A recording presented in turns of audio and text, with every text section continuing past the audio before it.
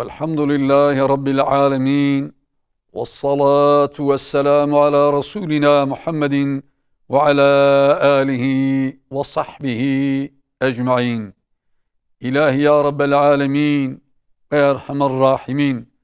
Bundan 1400 yıl önce en ufak bir kendi menfaati için yıllarca birbirlerine kanını döken acımasız bir toplumdan iman sahibi kılındıktan sonra yürüyen bir karıncayı ezmeyi süs sayabilecek kadar sahabe-i güzinin yakaladıkları, sahabe-i güzinin hayatında yapılan o değişiklikleri bizim de şahsımızda, ailemizde, akrabalarımızda, içinde bulunduğumuz toplumda, memleketimizde, İslam aleminde ve bütün dünyadaki insanlara karşı insani şefkat, merhamet, sevgi, adaletle muamele etmeyi bize nasip eyle.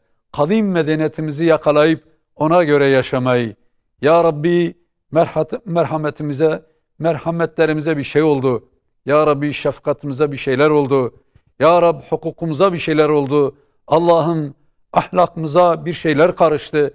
İbadetlerimizin başına bir şeyler geldi. İlmimize birileri bir şeyler koydular. Dolayısıyla biz dengemizi kaybettik. Ya Rab, vezin ve dengede Kur'an-ı Kerim'de sen birçok ayetinde buyurduğun gibi İslami bir denge ile İslam ahlakı ve İslam hukuku üzere yaşayabilecek toplumsal İslami birlikteliklerimizi oluşturarak İslam ahlakıyla ahlaklanmayı bize nasip-i müyesser eyle. Allah'ım bu Ramazan'ı çok farklı bir Ramazan eyle. Ömrümüzün geçmiş Ramazanlar ve Ramazanlar arasında işlemiş olduğumuz bütün günahlarımızdan pişmanız. Günahlarımızı affeyle Allah'ım. Yapmış olduğumuz bütün ibadetlerimizi senin dergah izzetinde hiç sayıyoruz. Noksana, eksik bir şekilde dahi eda ettiğimiz ibadetlerimizi indinde kamil ibadetlerle birleştirip kabul eyle Allah'ım.